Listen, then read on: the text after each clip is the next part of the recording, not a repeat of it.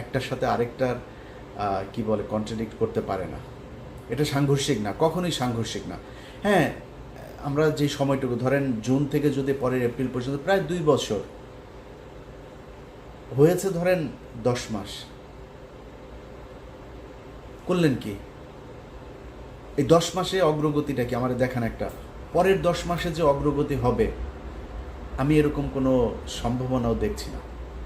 তো যদি না হয় তাহলে আমার মনে হয় নির্বাচন দিয়ে দেওয়া উচিত। আমি আমি আমি ব্যক্তিগতভাবে মনে করি এপ্রিল পর্যন্ত যাওয়া উচিত না। এপ্রিলের আগে আমার মনে হয় সেটা যদি সম্ভব হয় অক্টোবর নভেম্বরের ভেতরেই নির্বাচন হয়ে যাওয়া উচিত।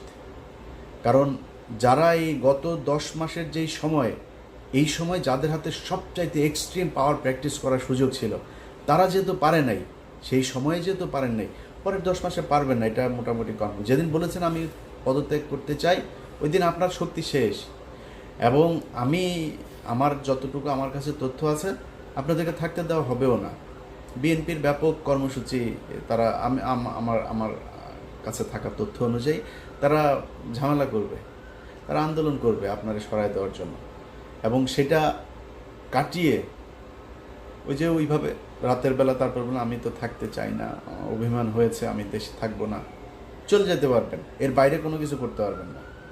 ওই শক্তি আপনার এখন নাই। সেনাবাহিনী আপনার পক্ষে নাই, সিভিল প্রশাসন আপনার পক্ষে নাই, দেশের রাজনৈতিক দলগুলো আপনার পক্ষে নাই। আমার তো মনে হয় এখন আপনাদের বোধহয় মানে কিছুটা এদিক ওইদিক, জামাত ইসলাম বোধহয় আপনাদের কিছুটা দেয়, আর এনসিপি তো আছেই, এর বাইরে কেউ আপনাদের পক্ষে নাই।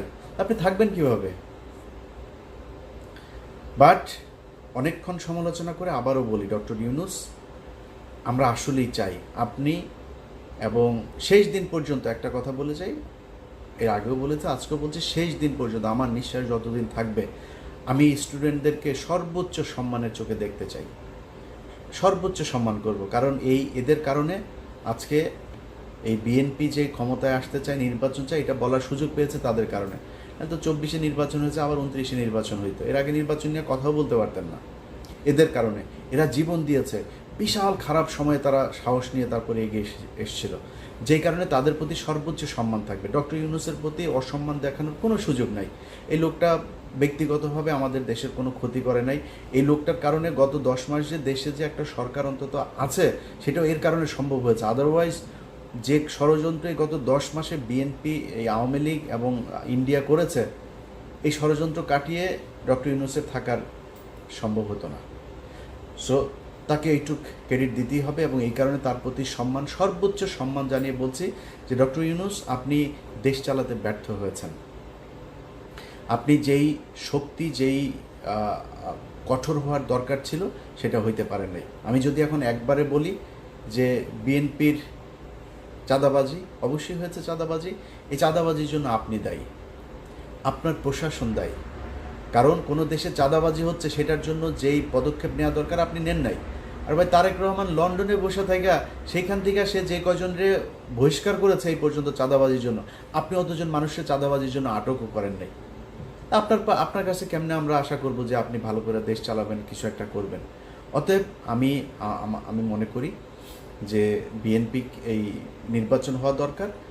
যেহেতু 10 মাস হয়ে গিয়েছে, একটা আমার মনে হয় খুব এক মাস সময় যথেষ্ট একটা সব দলকে নিয়ে বসে একটা সিদ্ধান্তে আসা যে কিভাবে নির্বাচনটা হবে, এবং নির্বাচন 5 বছর যে সরকার থাকবে সেই সরকার যাওয়ার পরে কিভাবে আবার পরবর্তী নির্বাচন হবে, এই জায়গাটায় ঠিক করে তারপরে আমার মনে হয় করা উচিত। আপনারা সংবিধান করতে পারবেন না, আমার মনে হয় না করতে পারবেন। সো এটা ঠিক করে আমার মনে হয় নির্বাচন দিয়ে দেওয়া উচিত। এবং নির্বাচন দিয়ে দেওয়ার পরে ডক্টর ইউনূস যদি চায় রাজনীতি করতে, এনসিপির প্রধান হয়ে তিনি রাজনীতি করুক, নির্বাচন করুক, মানুষই তো চায়, তাই না? মানুষ যদি চায় তাহলে আপনি প্রধানমন্ত্রী হবেন, আপনার দল ক্ষমতায় আসবে। আর যদি মানুষ তারেক রহমানকে চায় তাহলে তারেক রহমান প্রধানমন্ত্রী হবে, বিএনপি ক্ষমতায় আসবে। আমরা এই জায়গায় স্পষ্ট, এই নির্বাচন এবং সংস্কার, এই দুইটাকে আলাদা করে, দুইটাকে সংঘর্ষ বাঁধিয়ে দুইটার মধ্যে বিরোধ তৈরি করার কোনো সুযোগ নাই। আপনারা সেটাই করেন। সবশেষ বিএনপিরে একটু বলে দিই ভাই, এই গত 10 মাসে আপনাদের নিয়ে যে কথা বলবো, আপনাদেরকে তুচ্ছ তাচ্ছিল্য করে আপনার বিরুদ্ধে কথা বলবো, আমার নামে অনেক ফেক আইডি টাইডি এগুলো বানায়, অনেক কিছু চলে, আমি বলি না এমন কথা অনেক জায়গায় করে। কিন্তু আমি আপনার নিয়ে সমালোচনা, তারেক রহমানের নিয়েও সমালোচনা করবো, তারেক রহমানের ক্ষমতায় আসতে দেন, আমি ওনারে নিয়েও সমালোচনা করবো। আমার একদমই ইচ্ছা নাই যে তারেক রহমান আমারে ধরে নিয়ে তারপরে পূর্বাঞ্চলে একটা প্লট দিবে, তারপরে তারেক রহমান আমারে নিয়ে মন্ত্রী বানায় দিবে। আমি হইতে চাই না, একদমই চাই না। কারণ আমরা সবাই যদি ওই যে ওই মুন্নি শাহাদের মতো হয়ে যায় না, এই বিএনপি আওয়ামী লীগের মতো অবস্থা হবে, সেটা আমরা হইতে চাই না। তারেক রহমান আমার এটা ভালোভাবে নেক আর খারাপভাবে নেক, আমি এই সমালোচনাটুকু করে যাব যেটা করা দরকার। এখন আপনি যে ক্ষমতায় আসবেন, আপনার পুরো দেশের যেই মানুষগুলো ভোট দেবে, তারা এখন আপনার বিরুদ্ধে কেন কথা বলে একটু চিন্তা করেন তো। আপনার বিরুদ্ধে কথা বলার তো সুযোগ নাই, কারণ আপনি গত 15 বছরে, আমার তো মনে আছে এখনও, সেই যে জনির মানে শুধু বুকের মধ্যে 19টা গুলি করেছিল, মনে নেই আপনার? এই বিএনপির কত মানুষ গুম হয়েছে, এই বিএনপি রাস্তায় নেমেছে, গুলি খেয়েছে, আন্দোলন করেছে, এই সব শেষ আন্দোলনেও আমার মনে হয় তারা সবচাইতে বেশি মানুষ তাদের ক্ষতিগ্রস্ত হয়েছে, মারা গিয়েছে, রাস্তায় নেমেছে, পঙ্গু হয়েছে। আপনি তারে যা তা বলতে পারবেন না, আমারও বলার সাহস নাই। কিন্তু ভাই, এই যে 15 বছর যা অর্জন করেছিলেন, গত 10 মাসে আমার মনে হয় 80% শেষ। এত চাঁদাবাজি করেছেন আপনারা সারা দেশে, এমন ভয়ঙ্কর পরিস্থিতি। বিএনপি আর আওয়ামী লীগ এখন মোটামুটি সমান কাতারের জনপ্রিয় দল। এটার জন্য আপনারা দায়ী। আপনি আমারে গালি দেন, আমার নিয়ে ঝাড়ু মিছিল করেন, জুতা মিছিল করেন, কোনো সমস্যা নেই। আমি তো ভাই আপনার দলের কাছ থেকে সুবিধা চাই না, আমি তো আপনার দলের মনোনয়নও চাই নাই, কিছুই চাই নাই। বাট এই আওয়ামী লীগের মতো মানে কানের মধ্যে তুলা ঢুকায় না রেখে একটু মানুষের কাছে শোনেন আপনাদের ব্যাপারে মানুষের মন্তব্য কী। আপনার দলের প্রধান এখনও দেশে যায় নাই, তার আগেই যদি আপনারা এই অবস্থা করেন, তাহলে সামনে নির্বাচন আমি তো চাই, আমি শুরুতে বলেছি, এখনও বলছি, আমি চাই, খুব চাই। কারণ আমি তারেক রহমান সম্পর্কে এমন কিছু জিনিস জানি, ওনার সামনে রাষ্ট্র নিয়ে যে ওনার যে ভাবনা, ওনার যে পলিসি, যেটা উনি করতে চাচ্ছেন, এই পরিকল্পনার কিছুটা আমি জানি। আমি জেনে আপনাদেরকে বলছি, আমি এই ভিডিওর মধ্যে খুব সুন্দর করে তারেক রহমানের তেল দিতে পারতাম, কিন্তু দেই নাই। বাট এইটুক বলি, আপনি আমার দালাল মনে করেন, যাই মনে করেন, তারেক রহমানকে আপনাকে দেখতে হবে। আমার বিশ্বাস তারেক রহমানের নেতৃত্বে অনেক ভালো একটা সরকার গঠিত হবে, আমার বিশ্বাস এটা। এবং সেই পর্যন্ত আপনাকে অপেক্ষা করি। যদি না হয়, আমি আপনাকে কথা দিলাম, নির্বাচনের আগেই কথা দিলাম, আমি প্রথম ব্যক্তি হব যে কিনা তারেক রহমানের বিরুদ্ধে ভিডিও তৈরি করব। বাট আমি এখন পর্যন্ত জানি তারেক রহমানের ব্যাপারে, তিনার প্রচণ্ড একটা স্বচ্ছ একটা পরিকল্পনা ওনার আছে দেশকে এগিয়ে নিয়ে যাওয়ার, দেশের উন্নয়ন, দেশের ভবিষ্যৎকে এগিয়ে নিয়ে যাওয়ার জন্য। এটা তিনি এই কাজটা তিনি করবেন। অতএব সেই ব্যক্তিরা দেশে যাক, রাষ্ট্রটা গঠন করেন। ভাই, জিরোতে নিয়ে আসা তো সম্ভব না দুর্নীতি, আপনারা দুর্নীতি করবেন, সেই সুযোগও আপনাদেরকে মানে এই রাষ্ট্রই দেয় এইভাবে, আপনাকে সরকারি প্রকল্প থেকে টাকা পয়সা খাওয়ার সুযোগ পাবেন। কিন্তু যে অবস্থাটা আপনারা তো রাজীব ভাই, আসলে পরিস্থিতিটা কি? ধরেন আমি প্রথমে যে বিষয়টা দিয়ে শুরু করলাম, আমরা আসলে সবাই কনফিউজড, আসলে দেশ কোন দিকে যাচ্ছে। এবং ধরেন যে হাসিনা পরবর্তী ফ্যাসিজম থেকে মুক্ত হয়ে আমাদের যে স্বপ্ন ছিল, বা যে কারণে জুলাই বিপ্লব হলো, আহ, সবকিছু মিলিয়ে আপনি প্রাথমিকভাবে আপনার পর্যবেক্ষণটা কি? এই যে ডক্টর ইউনূসের নেতৃত্বাধীন অন্তর্বর্তীকালীন সরকার ঘুরে ফিরে দায় তার উপরেই যায়, সকল কিছুর দায়। এবং তার সঙ্গে যুক্ত হয়েছে গত উনি সরকার গঠনের পরে প্রায় 15 মাসে উনি কোনো রিভিউ করেন নাই সরকারের। উপদেষ্টাদেরকে নিয়ে অজস্র অভিযোগ, তাদের কর্মদক্ষতা নিয়ে, তাদের ক্যাপাবিলিটি নিয়ে অনেক ধরনের কথা আছে। তো সব মিলিয়ে বর্তমান সময়টাকে আপনি কিভাবে বিশ্লেষণ করেন? তারপর আমরা জুলাই সনদ, গণভোট, এই ইস্যুতে যাব। বর্তমান সময়টাকে আপনি কিভাবে দেখছেন? আপনার পর্যবেক্ষণ কি 15 মাসের? ধন্যবাদ আপনাকে। এক কথায় আপনি যেভাবে বললেন তাতে বর্তমান সময়টা যদি বলি, এবং বর্তমান সময়টা আসতে তো আমাদের প্রায় 15 মাস পার হয়ে গেছে। জি। মানে সেই 15 মাস পরে আজকে বর্তমান সময়টা আসছে। এই বর্তমান সময় এসে আজকে আমার কাছে মনে হচ্ছে 5ই আগস্টে আমরা যে জায়গাটায় ছিলাম, আমার কাছে মনে হয় এই মুহূর্তে কিন্তু আমরা ঠিক সেই জায়গাটায় ফেরত আসছি। এর কারণ এর মাঝখানে যে আমাদের চড়াই উঠতে যে সময়টা গেল, এই সেই বলেন সংস্কার, ঐক্যমত্য কমিশন বা বিভিন্ন বিষয়, সবকিছু শেষে কিন্তু আজকে আমরা আবার ঠিক সেই জায়গাটা এসে দাঁড়াইছি। সবকিছু এখন অনিশ্চিত। বিশেষ করে আহ আপনি সবচেয়ে বড় কথা, নিজ নিজ দলীয় যারা বিজয় লাভ করে তাদের বিরুদ্ধে আভ্যন্তরীণ আলাপ হয়, নির্বাচন হবে তো? মানে এই যে প্রশ্নটা, এখনো কিন্তু নির্বাচন পর্যন্ত যাওয়ার পথটা আপনি মসৃণ রাখেননি, আমরা কেউ মসৃণ রাখি নাই। যেমন ধরেন 16 তারিখ থেকে নাকি জামাত এখন বসবে, মানে দাবি আদায় না হওয়া পর্যন্ত বসবে। এই যে দাবি আদায় না হওয়া পর্যন্ত, তার দাবিগুলো আমরা পরে বলছি, এই দাবি আদায় না হওয়া পর্যন্ত বসবে, তার মানে শুধু নির্বাচনের ট্রেনটা এককভাবে একেবারে নির্বাচনের জন্য চালু হয়েছে, সেটা আমার কাছে মনে হয়। রাজীব ভাই, একটা বিষয় আমাকে বলি, যে আমার মনে হয় যে আপনি হেডফোনটা থেকে বের হয়ে আসেন। হেডফোনটায় আপনার সাউন্ড একটু সমস্যা মনে হচ্ছে আমার কাছে। হেডফোনটা খুলে ফেলেন। নর্মাল সাউন্ডটা অনেক ক্লিয়ার মনে হচ্ছিল আমার কাছে। শোনা যায়? জি, এখন বেটার। G, please. হ্যাঁ, ওকে। তো যে প্রশ্নটা আপনি করলেন যে আমরা এখন কোথায় আছি, ইনফ্যাক্ট একদম লেটেস্ট ইউনূস সাহেব যে বক্তব্যটা রাখলেন আপনার, বিশেষ করে এই গণভোট এবং সংসদ নির্বাচন একই দিনে হবে, তার সাথে গণভোটের ভিতরে নোট অফ ডিসেন্ট আছে, তারপর উচ্চ কক্ষ নিম্ন কক্ষ আছে, অনেকগুলা বিষয় আছে। এখানে দাবি ছিল যে নভেম্বরে, জামাত চাইছে নভেম্বরে নির্বাচন হবে, আপনার গণভোট, আর তারপরে নির্বাচন হবে সংসদ নির্বাচন।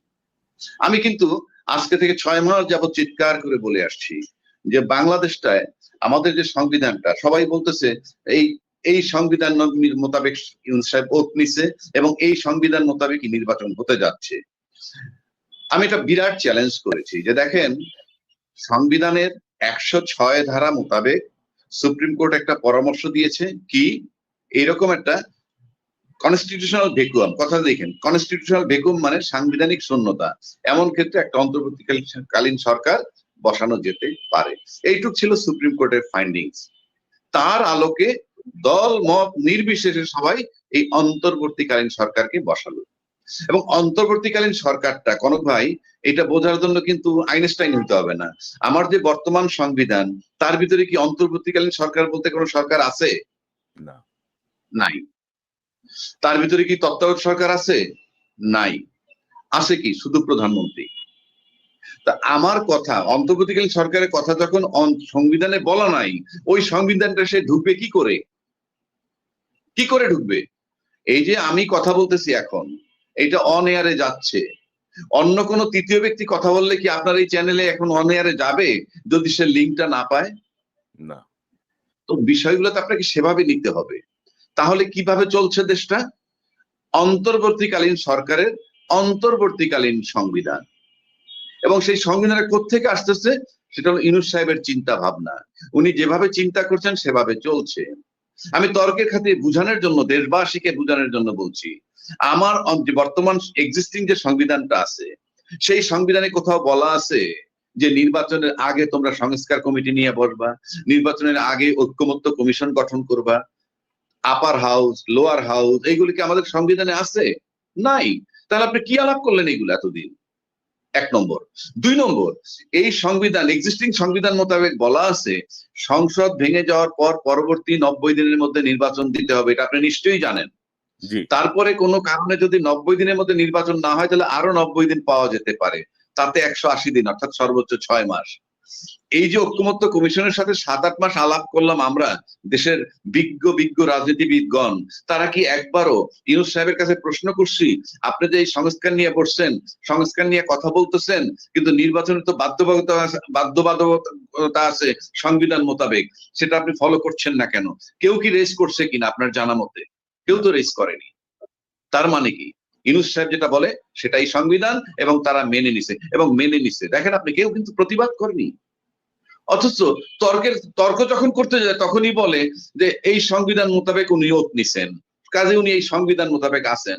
তো এই সংবিধান মোতাবেক থাকলে তাকেই বলা হয়েছে 180 দিন পার হওয়ার পর যেদিন খুশি এই দিন নির্বাচন করবেন, এটি সংবিধান বলা আছে। আপনি 26 ফেব্রুয়ারিতে নির্বাচনটা কিভাবে নিলেন? ইউনূস সাহেব সিদ্ধান্ত দিলেন, আপনারা মেনে নিচ্ছেন, আবার বলে উনি সংবিধান মোতাবেক ওত নিছেন। আমি বললাম না, উনি রাষ্ট্রপতির কাছে ওত নিছেন। কিভাবে? আমি গণপ্রজাতন্ত্রী বাংলাদেশ সরকারের অন্তর্বর্তীকালীন সরকার প্রধান হিসাবে শপথ নিতেছি। প্রধানমন্ত্রী হিসাবে উনি শপথ নেননি। প্রধানমন্ত্রী হিসেবে যদি শপথ নিতেন তাহলে উনি ওই সংবিধানে ঢুকতেন, যেহেতু ওই সংবিধানে শুধু প্রধানমন্ত্রীর কথা বলা আছে। এরপরে বলছেন আমি সংবিধান সমুন্নত রাখবো। কোনটা? যেই সংবিধান আমার মাথার মধ্যে, এবং সেই মোতাবেক চলছে, কেউ তো বাধা দিতে পারেনি এবং সবাই মেনে নিছে। এখন দায়িত্বশীল ব্যক্তিরাও বলেন সংবিধানে গণভোট নেই। আমি একমত, সংবিধানে গণভোট নেই। না, তা এখন সংবিধান তো মানে আমরা বলিনি। জি প্লিজ হ্যাঁ বলেন। জি আমি বলছি যে সংবিধানে যেমন গণভোট নেই, একইভাবে সংবিধানে বলা নাই 2026-এর ফেব্রুয়ারিতে আপনি নির্বাচন করবেন। তার মানে কি টোটাল কান্ট্রি এখন ইউনুস সংবিধানে মোতাবেক মূল সংবিধানের বাইরের থেকে চলছে এবং এটাই সংবিধান। তা না হলে আপনি নির্বাচন এবং গণভোট একই দিনে দিলেন, এইটা আমার কোন সংবিধান পারমিট করে?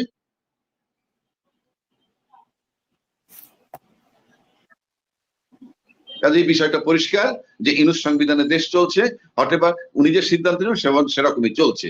এখন বলেন নেক্সট কোশ্চেন কি আছে? না, এখন ধরেন অনেকে তো বলছেন যে আপনি যেহেতু সংবিধান নিয়ে বলছেন এই জন্য প্রশ্নটা আমার মাথায় আসলো যে ধরেন আপনি তো 24 নির্বাচনকে বাতিল করেন নাই, মানে আপনি তো 24 নির্বাচনকে যেহেতু বাতিল করেন নাই সেই হিসাবে তো নির্বাচন হওয়ার কথা 29-এ, মানে অনেকে এই জাতীয় প্রশ্ন কিন্তু রেজ করছে ইদানিং যে আপনি কিসের কথা বলছেন। তো এখন এই যে আপনি মানে টোটাল প্রক্রিয়াটা কি হলো যে জুলাই সনদ আপনি যেগুলো বলছেন যেগুলো সংবিধানের সঙ্গে সাংঘর্ষিক, এখন ইউনুস সংবিধান, মানে আমরা আসলে আছি কোথায়? মানে আমাদের মানে আমরা তো আসলে এইভাবে তো আর শেষ হতে দিতে পারি না।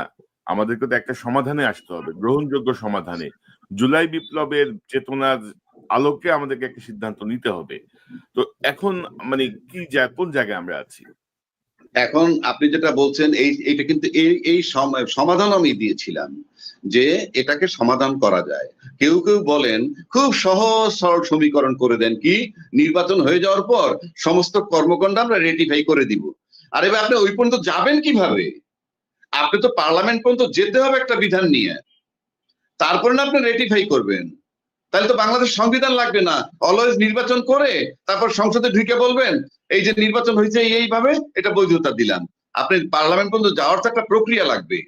আপনি একটা গাড়ি বন্ধ হয়ে আছে, সেই গাড়িটা যদি চালাইতে চান গাড়িটার ভিতরে ঢুকতে হবে, তারপরে গাড়ি স্টার্ট দিবেন, তারপরে চলবেন। আপনি তো সংবিধানে ঢুকতে পারতেছেন না। যেই মুহূর্তে সংবিধানে বলা ছিল না শেখ হাসিনা প্রধানমন্ত্রী পালিয়ে গেলে কি হবে, আমার সংবিধানে কোথাও বলা আছে যে পালিয়ে গেলে কি হবে? পালিয়ে গেলে কি হবে বলা নাই।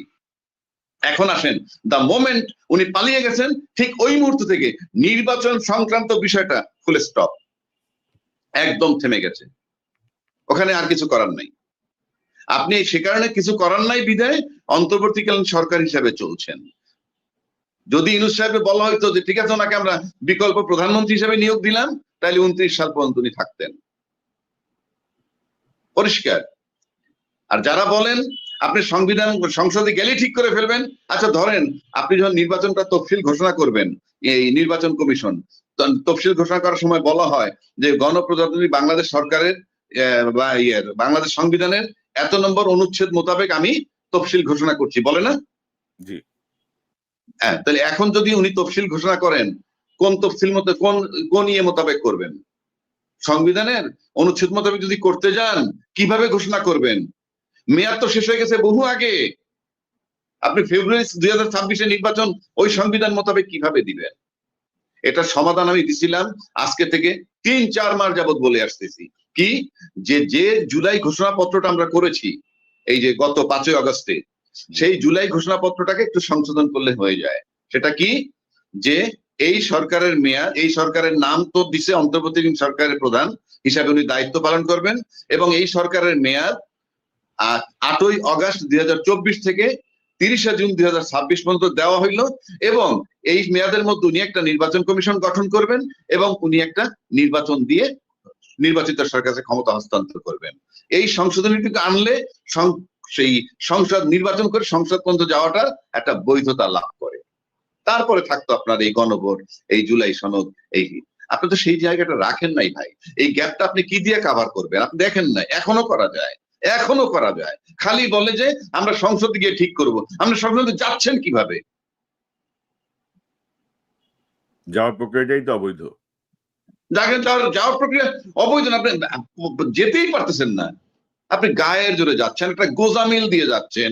ভাই গোজামিল যদি আপনি দেশে যান, একটা সংসদ যান, আপনি কি করবেন? যেমন এখন যেমন বলা হচ্ছে ইউনূস সাহেব কি সাংবিধানিক সরকার না, উনি অবৈধ, কেউ কেউ বলছেন। মানে উনি যেহেতু অবৈধ, ওনার ধাক্কা দিয়ে সারা রাজ্যে কি বসে গেলে সেটা বৈধ হবে? সেটাও তো বৈধ হবে না। ওনাকে দিয়ে তো তাহলে কাজটা বৈধ করে নিতে হবে।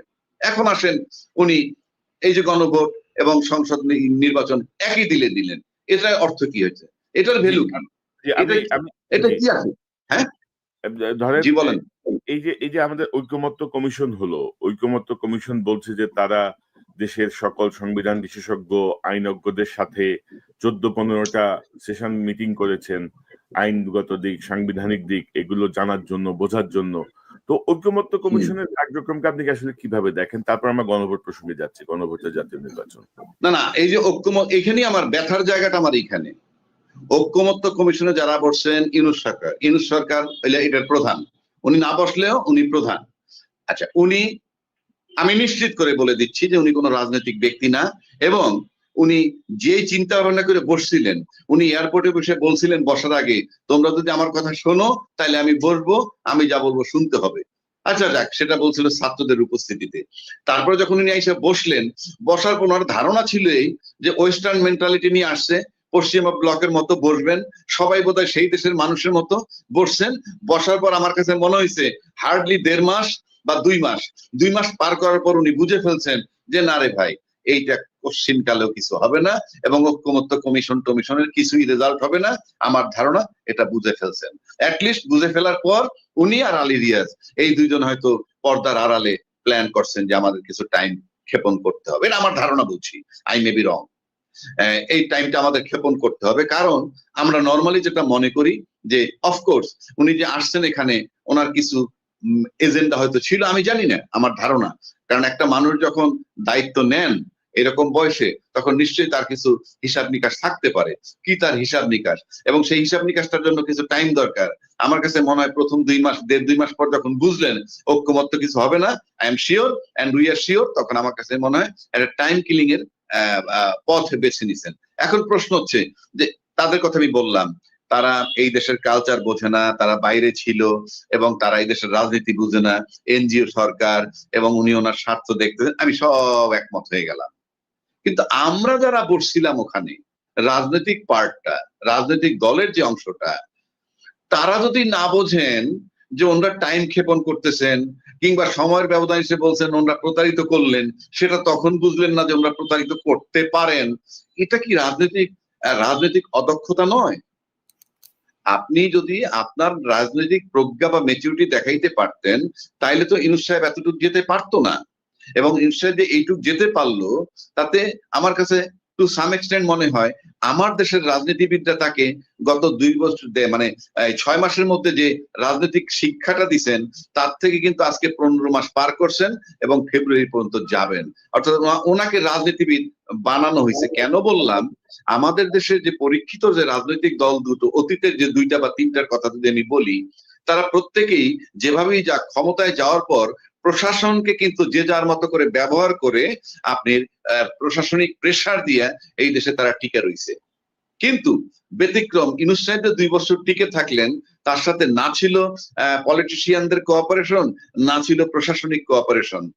তারপরে কিন্তু তিনি আজকে 15-16 মাস যাবত সার্ভাইভ করছেন। তার মানে রাজনীতি বোঝাটা একটা বিশাল ব্যাপার। রাজনীতি করে সার্ভাইভ করা আর ক্ষমতায় গিয়া প্রশাসন দিয়ে রাজনীতি করা কিন্তু এক নয়। আমরা কিন্তু যত কথাই বলি, বিগত 16 বছর যে সরকারটা ছিল, কোনো রাজনীতিবিদ ছিলেন না, ক্ষমতায় বসে প্রশাসন দিয়ে টর্চার করে উনি ক্ষমতায় ছিলেন। অর্থাৎ প্রশাসনের 14-15 লক্ষ লোক ছিল ওই সরকারের জনগণ, আর তিনি ছিলেন সরকার। অর্থাৎ ওই সরকারটাকে যদি আপনি টানেন, 16 বছরের সরকারটা, সে ছিল বাংলাদেশে, ওই 16 লক্ষ লোক ছিল বাংলাদেশের জন্য ইসরায়েল, আর বাকি 18 কোটি লোক ছিল ফিলিস্তিন। এবং সেই কায়দায় দীর্ঘ 16 বছর রাজত্ব করে গেছেন। এবং আমরা রাজনৈতিক দল যারা ক্ষমতায় ছিল, তারা নো ডাউট অ্যাবাউট ইট, প্রত্যেকটা রাজনৈতিক দলই জনগণের উপরে প্রশাসনিক, বিচারিক টর্চার করেছেন। ব্যতিক্রম সেক্ষেত্রে ইউনূস সাহেব, উনি প্রশাসনিক এবং বিচারিক টর্চার করছেন কিনা আমার মনে হয় না। তো বাট 2 বছর। জি, তো এখন হ্যাঁ, ধরেন বলেন। প্রশাসনিক এবং বিচারিক টর্চার করছেন কিনা এই বিষয়টা নিয়ে যাওয়ার আগে আমি আপনাকে বলবো যে হাসিনা যাদেরকে ব্যবহার করে জনগণকে দমন করেছে, বা আপনি যাদেরকে বললেন যে 16 লক্ষ মানুষ হচ্ছে হাসিনার রাষ্ট্র, তো তাদের অধিকাংশই তো এখনো বহাল।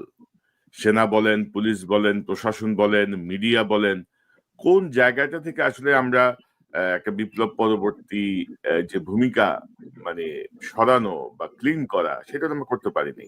তো এরকম হ্যাঁ, প্রেক্ষাপটে, জি, এরকম প্রেক্ষাপটে গণভোটের প্রসঙ্গ আসছে, জাতীয় নির্বাচনের প্রসঙ্গ আসছে। তো আমরা কি আরেকটা বিপদের দিকে যাচ্ছি? মানে বা আমার এখন করণীয় কি মনে করেন আপনি? আমার ব্যক্তিগতভাবে যদি আপনি আমাকে বলেন যে একটা দেশ 16 বছর যাবত টর্চার করেছে, 16 বছর যাবত টর্চার করার পর যখন তারা চলে গেল, চলে যেতে বাধ্য করা হইলো, তারপরে যে সরকারটা ক্ষমতা আসলো, আসার পর কিন্তু সবাই দাবি করছে দল মত নির্বিশেষে সবাই তাকে তাড়িয়েছে। দল মত নির্বিশেষে সবাই 12 বছর 14 বছর যাবত আন্দোলন করেছে। যদি তাই হয়ে থাকে তাহলে তো এই জুলাই সনদ নিয়ে এত বাকবিতণ্ড হওয়ার কিছুই থাকার কথা নয়। এটা আমার ব্যক্তিগত প্রশ্ন, যে সবাই যখন আমরা মিললাম, সবাই যখন জুলাই আন্দোলনে শরিক হইলাম, তখন সেই কাজটা মানে আইনি স্বীকৃতি দিতে আমাদের কেন দ্বিধাদ্বন্দ্ব? এটা গেল 1 নম্বর প্রশ্ন।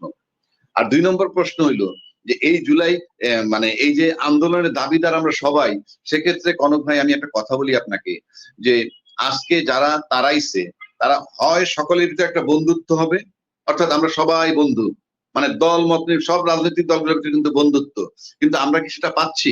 এক এক রাজনৈতিক দল কিন্তু এক এক মেরুতে চলে গেছেন। তাহলে তাহলে ঐক্যমত্য কোথায় ছিল? আন্দোলনটা কোথায় ছিল? 1 নম্বর।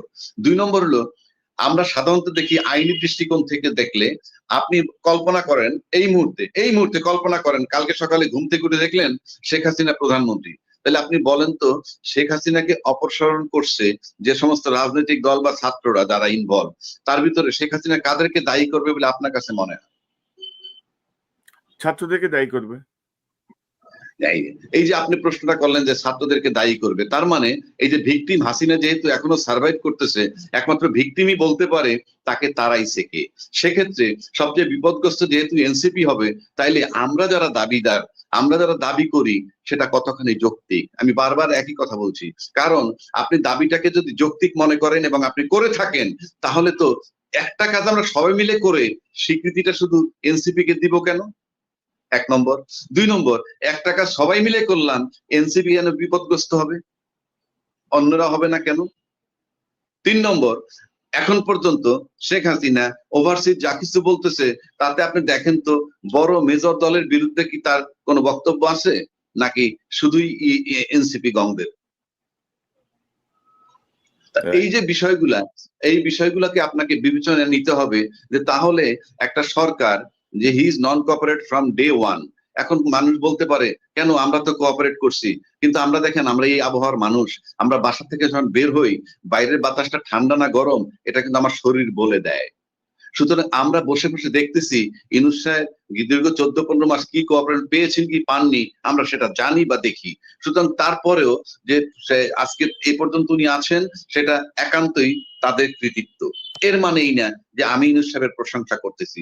আলটিমেটলি ব্যর্থতার দায় তাকেই নিতে হবে, কারণ আমরা অতীতে দেখেছি এই যে আব্দুর রহমান বিশ্বাস সাহেব যখন রাষ্ট্রপতি ছিলেন, তিনি কলমের খোঁচায় অনেক বড় বড় সিদ্ধান্ত নিয়েছিলেন, আমরা জানি।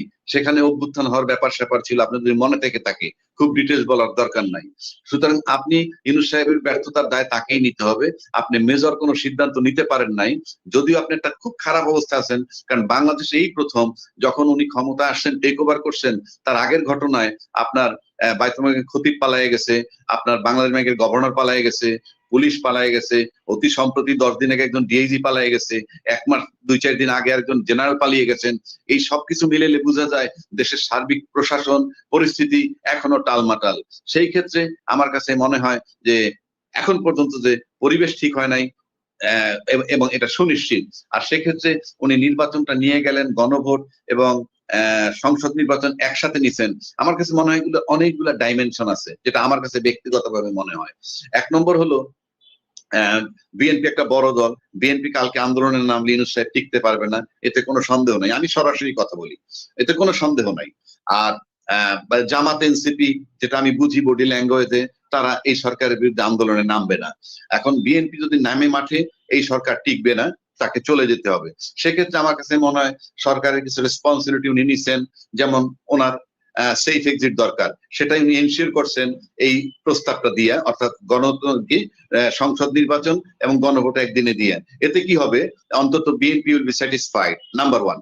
নাম্বার 2, এরপর যদি কোনো কারণে নির্বাচনে না হয় এবং তাকে চলে যেতে হয়, তাহলে অন্তত বিএনপি তাকে ব্লেম দিতে পারবে না, কারণ বিএনপির প্রস্তাব তিনি মেনে নিছেন, সুতরাং সে কমফোর্টেবলি চলে যেতে পারবেন। নাম্বার এইটা হলো একটা তার মানে মেসেজ। দ্বিতীয় মেসেজ হইলো উনি চলে যাবেন, এটাও নিশ্চিত, এই মেসেজ উনি দিলেন। আর তৃতীয়টা হইলেই যে বিচার একটা সামনে আছে, জাজমেন্ট, যে জাজমেন্টটাকে কেন্দ্র করে 13 তারিখ একটা ডেট ছিল, কি কবে তার রায় দিবে সেই ডেটটা, সেদিন সে চট করে দুপুরবেলা কিন্তু একটা ভাষণ দেওয়ার সিদ্ধান্ত নিলেন, যেখানে ঘোষণা করলেন গণভোট এবং সংসদ নির্বাচন একই সময় হবে। তো এই যে কুল ব্রেইনের এই কাজটা, এতে মনে হয় যে উনি ফেব্রুয়ারি পর্যন্ত থাকতেছেন নির্বাচন করার জন্য, অন্তত বিএনপি স্যাটিসফাইড। সেক্ষেত্রে উনি হয়তো 17 তারিখ একটা জাজমেন্ট দিতে পারবেন এই কি বলে আন্তর্জাতিক অপরাধ ট্রাইব্যুনালের। যে জাজমেন্টটা কারা প্রত্যাশা করে না সেটাও আমরা বুঝি, কারা প্রত্যাশা করে সেটাও আমরা বুঝি। সুতরাং প্রত্যাশা যারা করতেছে তাদের সংখ্যাই বেশি আমি মনে করি দেশের স্বার্থে, আর যারা প্রত্যাশা করেন না তাদের কথা আমি জানি না। এখন ডিপেন্ড করে যে ইউনূস সাহেব কিন্তু ফেব্রুয়ারি পর্যন্ত যদি থাকতে যান নির্বাচন পর্যন্ত, তাহলে পতিত সরকার যেই শক্তিতে চলে, এখনো তার সাথে বা তার পিছনে বা তার আগে পিছে যে শক্তিটা কাজ করে, তারা চিন্তা করবে যে ইউনূস সাহেবকে ফেব্রুয়ারি পর্যন্ত রাখবেন কি রাখবেন না। কারণ বিষয়টা ইউনূস সাহেব অপসারণ দুইটা প্রক্রিয়া বাংলাদেশে, একটা প্রক্রিয়া হলো নির্বাচনের মাধ্যমে, আর একটা হলো নির্বাচন ছাড়া যদি কোনো কেওয়াস হয়, রাজনৈতিক ক্রাইসিস হয়, তখন যদি চলে যায়।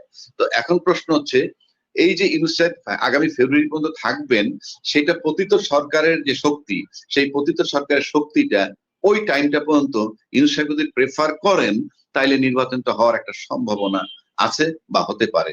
আর যদি ওই শক্তিটা মনে করে যে না, ইউনূস সাহেব ফেব্রুয়ারি পর্যন্ত থাকলে পরে তাদের জন্য খুব ক্ষতিকর, তাইলে সেটা পথটা একটু অমসৃণ বলে আমার কাছে মনে হয়, 1 নম্বর। 2 নম্বর, এই নির্বাচনে মানে গণভোট এবং সংসদ নির্বাচন একই দিনে দেওয়ার মানে হচ্ছে, এতক্ষণ তো বললাম সংবিধানের বাইরে আছে, সেই প্রশ্ন আর করে লাভ নাই, কিন্তু এই দুইটা একই দিনে দেওয়ার মানে হচ্ছে এটা পরিষ্কার যে যদি হা ভোট জয়যুক্ত হয়, এবং ইন্টারেস্টিং ব্যাপার দেখেন আপনি, খুবই মারাত্মক এবং সূক্ষ্ম কৌশল, নির্বাচনটা কিন্তু হয়ে যাচ্ছে, ক্যাবিনেট কিন্তু হয়ে যাবে, মন্ত্রী পরিষদ কিন্তু হয়ে যাবে, কিন্তু তারপরে আপনি গণভোটের রেজাল্ট যদি হা জয়যুক্ত হয়, তাতে আর যদি সংবিধানের ভিতরে আমি সংযুক্ত না করি, বাংলাদেশের যে আমি ট্রেন্ড দেখে আসছি রাজনীতিবিদদের, শেষ কথা বলতে কিছু নাই, কথা পরিবর্তনশীল, যদি হা ভোট জয়যুক্ত হয় তারপর যদি সংসদে এই সংবিধানটা ইনক্লুড না করে, আমার মনে হয় না কিছু করার আছে, নাম্বার 1। নাম্বার 2, যদি এটা না জয়যুক্ত হয়ে যায়, তাহলে তো জুলাই সনদ ভেস্তে চলে গেল। তার মানে আলটিমেটলি জুলাই সনদের যে আইনি ভিত্তি, সেই বিষয়টা মোটামুটি 99.99% অনিশ্চিত, যেটা স্বীকৃতি না পাওয়ার সম্ভাবনা, যেহেতু সংসদ হয়ে যাবে এবং সংসদ চলমান থাকবে। ওইটা আমরা দেখছি যে 180 দিনের মধ্যে এই করতে হবে, নাইলে ওইটা হবে, নাইলে এটা হবে। অর্থাৎ ধরেন যেটা আমি প্রথমে বলছিলাম যে এত বিশেষজ্ঞ কমিটির সঙ্গে যে ঐকমত্য কমিশন বসলো, মানে তাদের মাথায় কি বিষয়গুলো আসে নাই, তারা কি বিষয়গুলো বোঝেই নাই, বা ঐকমত্য কমিশন কাদেরকে ডাকলো, কাদের সঙ্গে কথা বললো, এটাও কিন্তু একটা বড় প্রশ্ন। এই তো সেটাই, ঐকমত্য কমিশন যাদেরকে ডাকছেন তারা যদি ফ্রম ডে 1, আমি একটা কথা বলি আপনাকে, কারণ এটা ফেব্রুয়ারি থেকে বসছে, আর আগস্টের 5ই আগস্ট 2024 অভ্যুত্থান হয়েছে। আপনি এই যেদিন থেকে তারা সংস্কার কমিটিতে বসছে, সংস্কার এবং ঐকমত্য নিয়ে, তখন ওই মুহূর্তে পুরা সিচুয়েশনটা ছিল ঐকমত্য কমিশনের পক্ষে। এই কারণে, কারণ তখন পর্যন্ত বৈষম্য বিরোধী ছাত্র কিংবা ছাত্র আন্দোলন সবই ছিল গরম, তখন যে সাহস করে কেউ বলবে আপনি সংবিধানের বাইরে যাইতে পারবেন না, 90 দিনের মধ্যে বা 180 দিনের মধ্যে নির্বাচন, আমার কাছে মনে হয় ওই পর্যন্ত যারা আগস্টের অভ্যুত্থানের হিরো তাদের যে ফ্লোটা ছিল সেই ফ্লোর কারণে কেউ সংবিধানের বাধ্যবাধকতা নিয়ে কথা বলতে সাহস পাননি, আমার কাছে ব্যক্তিগতভাবে মনে হয়। তা না হইলে যদি বলে না আমরা কোনো ভয় পাই নাই, তাহলে আপনারা ঐক্যমত্য কমিশনের কথা শুনেন, বারবার তাদের তাগাদাগি দিতে ডাকছে গেছেন, কিন্তু সংবিধান যে ভায়োলেট হয়েছে, সংবিধানের 90 দিন বা 180 দিনের মধ্যে যে নির্বাচন হয়, প্রশ্নটা রেজ করলেন না কেন? যদি বলেন ঐক্যমত্য কমিশন কেন করে নাই, দরকার নেই তো, আর করবে না। যদি বলেন লোভী তারা ক্ষমতায় থাকবে, সে প্রশ্ন রেজ করবে কেন? সে তো তার সংবিধানেই চলছে, সে তো তাদের নিজস্ব সংবিধানে চলছে। কিন্তু আমরা যারা এই দেশের, আজকে বড় বড় আইনজ্ঞরাও বলেন গণভোট সংবিধানে নাই, ভালো কথা, এতদিন বলেন নাই কেন? কেন তারা শাউটিং করলেন না যে কি ঐক্যমত্য কমিশন নাই, সংস্কারের বিধান নাই, গণভোট নাই, ফেব্রুয়ারিতে নির্বাচন হতে পারবে না ওই সংবিধান মোতাবেক? কেউ শাউটিং করলেন না, কারণ ওই বিপ্লবী পোলাপানকে ভয় পাইতো তখন। আর এখন যখন সময় কেটে গেছে, এখন বলতেছেন এইটা। জিনিসটা আমি কি বুঝাইতে পারছি? জি, জি, জি, জি, জি।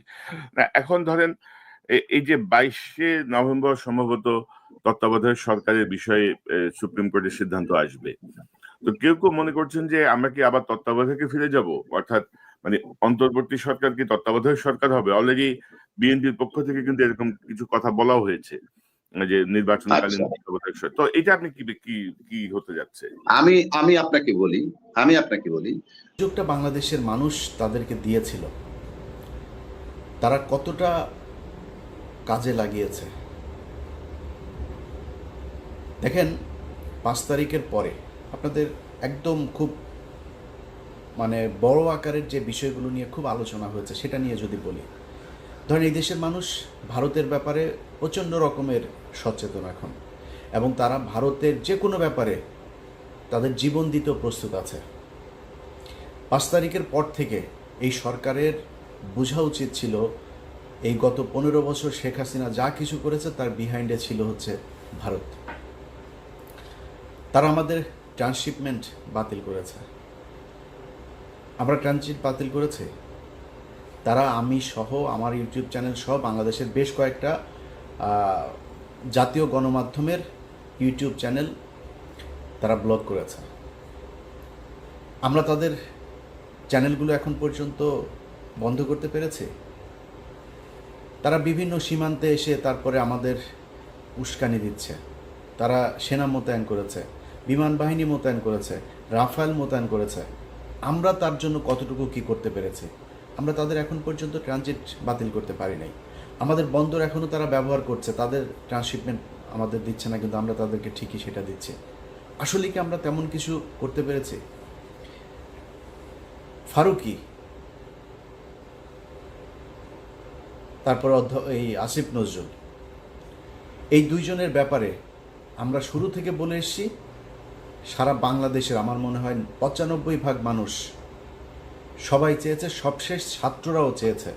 ছাত্ররা যখন আমার ব্যক্তিগতভাবে আমার সাথে ছাত্রদের একটা দূরত্ব তৈরি হয়েছিল, মাহফুজ বলেন, আসিফ বলেন, নাহিদ বলেন, হাসনাত, সার্জিস, সবার সাথে একটা দূরত্ব তৈরি হয়েছিল। সেই দূরত্বটা এখন নাই, কিন্তু সেই দূরত্ব কেন তৈরি হয়েছিল? এই আসিফ নজরুলকে কেন্দ্র করে।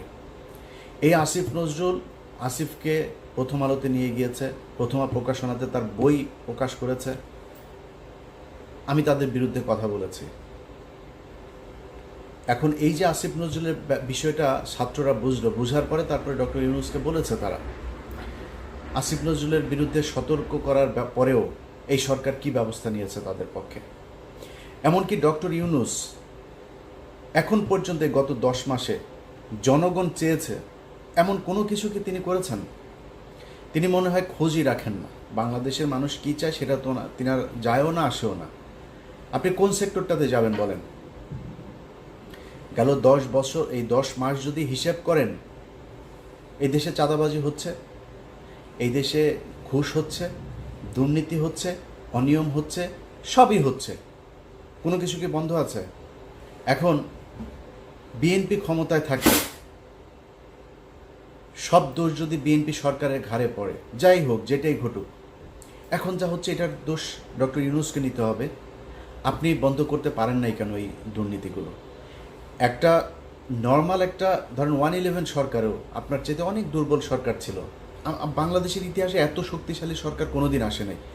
এত শক্তিশালী হবার পরেও আপনি এগুলোর বিরুদ্ধে ব্যবস্থা কী নিয়েছেন? পুলিশের নিয়োগ বাণিজ্য থেকে শুরু করে থানায় যে পরিমাণে ঘুষ এখন চলছে, অন্ধকার যুগের অবস্থা। আপনি বন্ধ করতে পারেন, এর দায় আপনি নেবেন না? কিছুই বুঝেন না তো আপনার থাকার দরকারটা কি? হঠাৎ করে এসে রাগ করে বলেন আমি তো থাকতে পারি না, থাকতে পারবো না, আমি থাকবো না। তো গার্লফ্রেন্ডের সাথে মানে মান অভিমানের বিষয় না তো, না, এটা দেশ চালানোর ব্যাপার। আপনি পারবেন না। এতগুলো স্টুডেন্ট মারা গেল, এতগুলো সাধারণ মানুষ মারা গেল, এই যারা আপনার সাথে এখন আছে এই স্টুডেন্টদের জীবন নিরাপত্তা ঝুঁকির মধ্যে ফেলে আপনি চলে যাবেন সব কিছু সব জায়গায় ব্যর্থ হয়ে। এটা তো হইতে পারে না। আপনাকে কঠোর হওয়া উচিত ছিল। কিন্তু এখন যাবেন আমি এখন মানে ঘাটটা সোজা করে তারপর দাঁড়াবেন, সেই সুযোগ আপনার হাতে নাই। কারণ আপনারা এই গেল 10 মাসে যেই সুযোগ হাতে পেয়েছিলেন সেটা কাজে লাগাতে পারেন নাই। জাতীয় সঙ্গীত নিয়ে আমরা কথা বলেছি, মনে হয় গায়ে সুরসুরি লাগে ওনাদের। আরে ভাই, জাতীয় সঙ্গীত নিয়ে আপনি আমার সাথে তর্ক করবেন? আমাদের কথা বললে মনে হয় বিশাল বিজ্ঞ কিছু লোকজন আমাদের এটা নিয়ে সমালোচনা করলে তাদের গায়ে লাগে। ভাই, কী কারণে থাকবে জাতীয় সঙ্গীত আমারে বলেন? জাতীয় সঙ্গীত আমার দেশের নাগরিকের লেখা না। জাতীয় সঙ্গীতটা আমার দেশকে উদ্দেশ্য করে লেখা না। এটা 1905 সালে বঙ্গভঙ্গ রদের সময়। বঙ্গভঙ্গ কি? আমার পূর্ব বাংলা পশ্চিম বাংলার থেকে আমরা আলাদা হব, আমরা এখানে সব ওই অচ্যুত শ্রেণীর হিন্দুরা, গরিব মুসলমানরা, আমাদের আলাদা বিশ্ববিদ্যালয় হবে, স্কুল হবে, প্রতিষ্ঠান হবে, আমাদের জন্য আলাদা বাজেট থাকবে শিক্ষার জন্য, এগুলো হইতে দেওয়া যাবে না। এই জন্য কলকাতার দ্বিকেন্দ্রীকরণ হবে বাংলাদেশের ঢাকায়, এটা তারা হইতে দিতে চায় নাই। যেই কারণে বঙ্গভঙ্গ, সেই বঙ্গভঙ্গের পক্ষে সে ইয়ে কি বলে পতিতা ব্যবসায় আপনার এই যে রবীন্দ্রনাথ সেই করলো, লিখলো এক জায়গায় বাংলাদেশ কথাটা আছে, সুর আনলেন চুরি করে। মিথ্যা কথা, এটা বলেন মিথ্যা কথা কিনা? তো চুরি করা অন্য দেশের এক নাগরিক যে বাংলাদেশকে ভালোবাসে না, বাংলাদেশের বিরুদ্ধে যে কাজ করেছে এমন একজন মানুষের একটা গানকে আপনি রবীন্দ্রনাথের এই জাতীয় সঙ্গীত বানায় ফেললেন। এটার বিরুদ্ধে কথা বললে সমস্যা আছে নাকি? গায়েই লাগে নাই।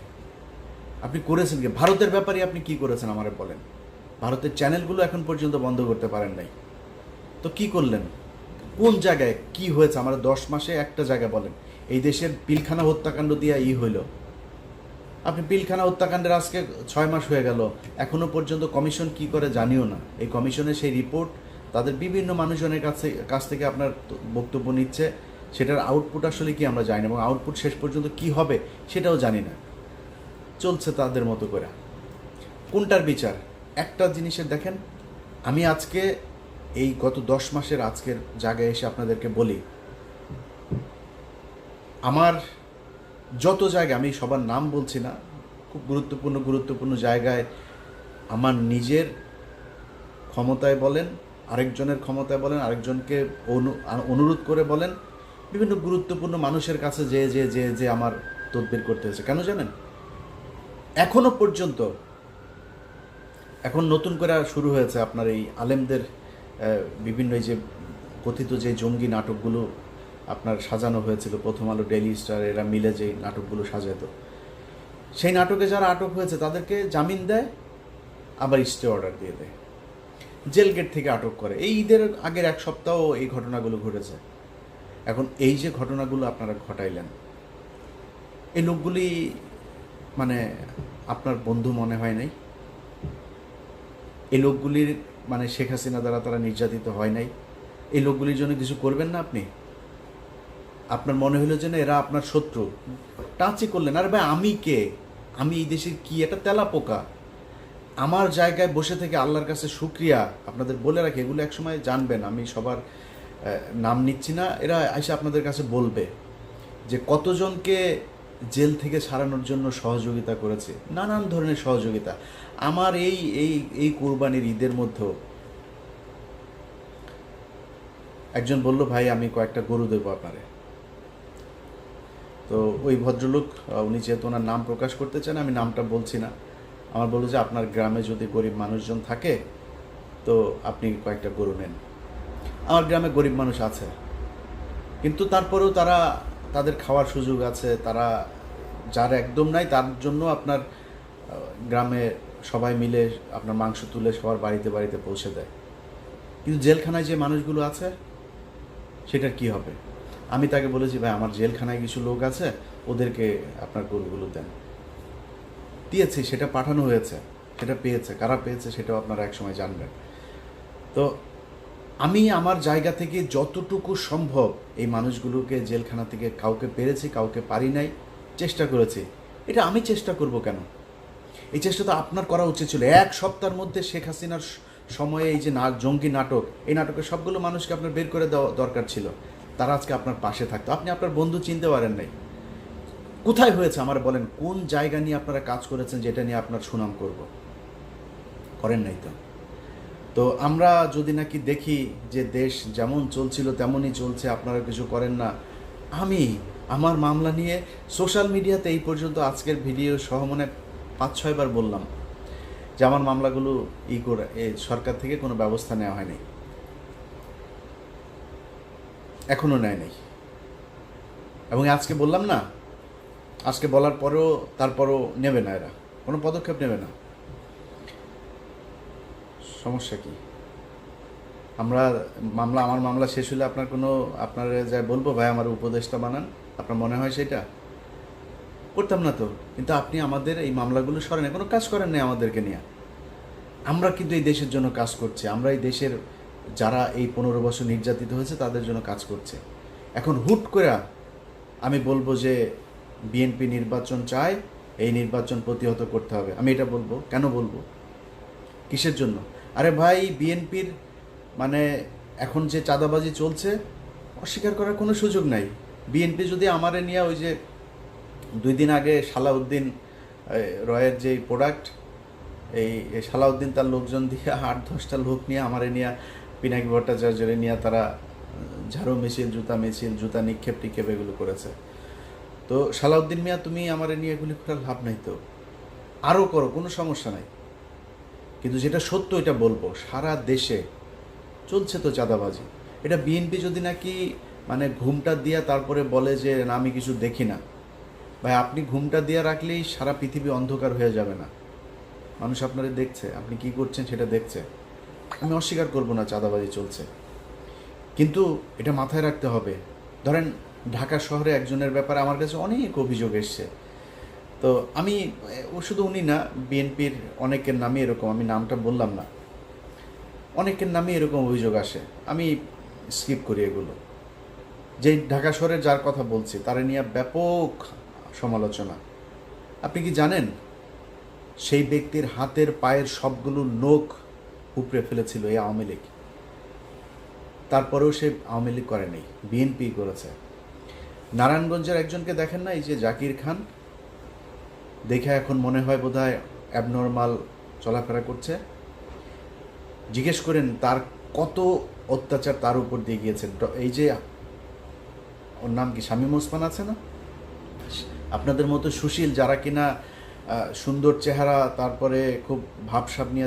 Bangladesh supreme court, Bangladesh high court, supreme court যাই বলেন না কেন, একটা জিনিস মনে রাখবেন, আদালত সংবিধান লিখতে পারে না, আদালত আইন বানাইতে পারে না। আদালত কি পারে সেটা বলছি। আদালত হইলে যেই সংবিধানটা আপনার থাকবে, সেই সংবিধানের সাথে সাংঘর্ষিক কোনো আইন যদি সংবিধান বানায়, সংসদ বানায়, আদালতে গেলে সেই সাংঘর্ষিক প্রশ্নটাকে বাতিল করতে পারে, কিন্তু আইন বানাইতে পারে না। 1, 2, আপনি কি মনে আছে যে এবিএম খায়রুল হক সাহেব যখন তত্ত্বাবধায়ক সরকার বাতিল করে দিল, তত্ত্বাবধায়ক সরকার বাতিল করার পর তারপরে কি একটা সংশোধনী হইতে হয়েছিল না সংবিধানে? জি, 15তম, যেটা 5ম সংশোধনী। তাহলে সুপ্রিম কোর্ট জাজমেন্ট দিল যে তত্ত্বাবধায়ক সরকার বাতিল, সেই বাতিলে তো বাতিল হয়নি, অর্থাৎ 5ম সংশোধনী আনতে হয়েছে। আইনে সেখানে বলছে যে তত্ত্বাবধায়ক সরকার বাতিল, তাই তো?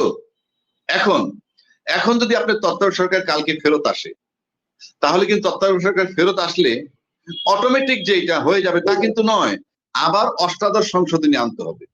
এখন তো 17তম হয়ে গেছে, 18তম সংশোধনী আইনে আবার তত্ত্বাবধায়ক সরকার ঢুকাইতে হবে। 2 নম্বর আসেন, সংসদের ক্ষমতাটা আমি বলি। যদি তত্ত্বাবধায়ক সরকার ফেরত আসে আর সংসদ যদি বলে যে না আমরা তত্ত্বাবধায়ক সরকার বহাল করব না, তাতে কিচ্ছু করার নাই।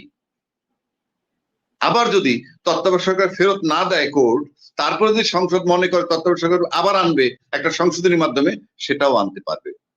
এখন কিন্তু যে কথাটা আজকে বলতেছে, যে কথাটা বলছে বিএনপির তরফ থেকে, আপনি বলছেন যে এই সরকারের নাম, এই সরকারকে তত্ত্বাবধায়ক সরকার রূপান্তর, এটা কোর্ট করতে পারবে না, এই এখতিয়ার নাই। কোর্ট কি সরকার পরিবর্তন করতে পারে যে এই তত্ত্বাবধায়ক সরকারের অন্তর্বর্তীকালীন সরকারের প্রধানমন্ত্রী বানাই দিলাম, প্রধানমন্ত্রী তত্ত্বাবধায়ক সরকার বানাই দিলাম, পারবে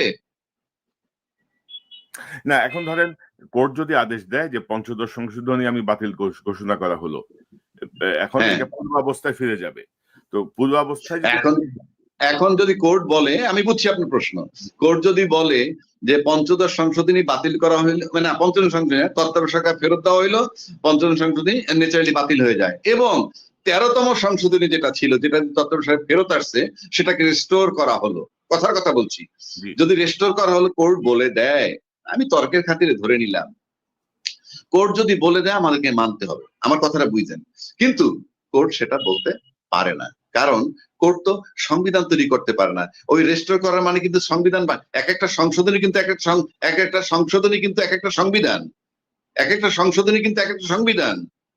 তো কোর্ট তো সংবিধান লিখে দিতে পারবেন না। এই যে রেস্টোর করার মানে কি, যেটা 18তম সংশোধনীর মাধ্যমে আসবে, আর আপনি সেখানে পিছেরটা রেস্টোর করে দিলেন, তাহলে কি আবার একটা প্রবলেম নিয়ে আমরা কোর্টে গিয়ে বলবো যে এটা বাতিল করে 15টারে রেস্টোর করে দেন?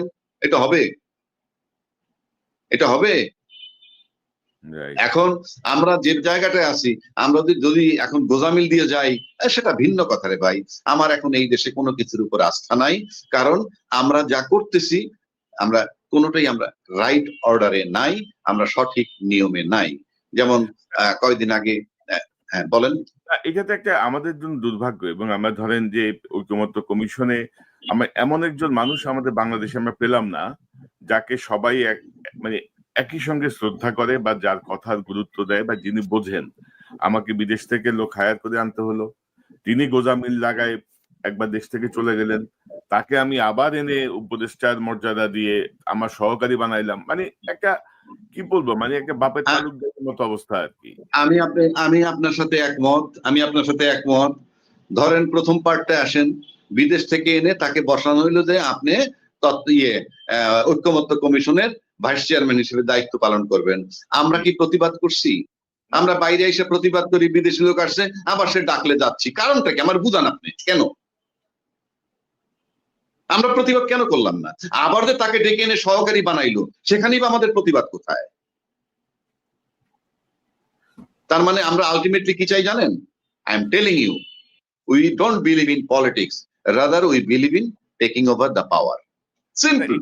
এটা মনে হইলো যে ওই ইয়ের মতো, মানে পলিটিক্যাল গভর্নমেন্টের যেরকম আপনি কোনো কিছু বিরোধিতা করলে ওরা গায়ের জোরে ওইটাকে এস্টাবলিশ করার চেষ্টা করে, যেহেতু সবাই ডক্টর আলী রিয়াজের কার্যক্রমের ব্যাপারে একটু নাখোশ, তার ব্যাপারে অনাস্থা, যে ইউনূস সাহেব তারে এনে আবার মানে তার আগের থেকেও ইয়ে পজিশনে বসাইছে, যে দেখ বসাইছে। হ্যাঁ, ইউনূস সাহেব ক্ষমতা দেখাইলো, আমি মানলাম, হ্যাঁ বসাইলো, আমরা প্রতিবাদ করি না কেন এখনো বলেন? আমরা কেন প্রতিবাদ করি না? আমরা যদি এই জিনিসটাই বুঝতাম, তাইলে কি আমরা এত এই অবস্থায় আসতাম জুলাই বিপ্লবের পরে? আমাদের যদি সেই সেন্সিবিলিটি থাকতো বা আমাদের যদি সেই দেশপ্রেম থাকতো, আমরা কি এই পর্যন্ত আসতাম? সেইটাই তো বলতেছি। তাহলে যিনি বলবেন সেখানে বসে সে তার অ্যাডভান্টেজটা নিতে থাকবেন, আপনি কি করবেন? যে যেখানে বলবে সে তার সুবিধাটা নিতে থাকবে।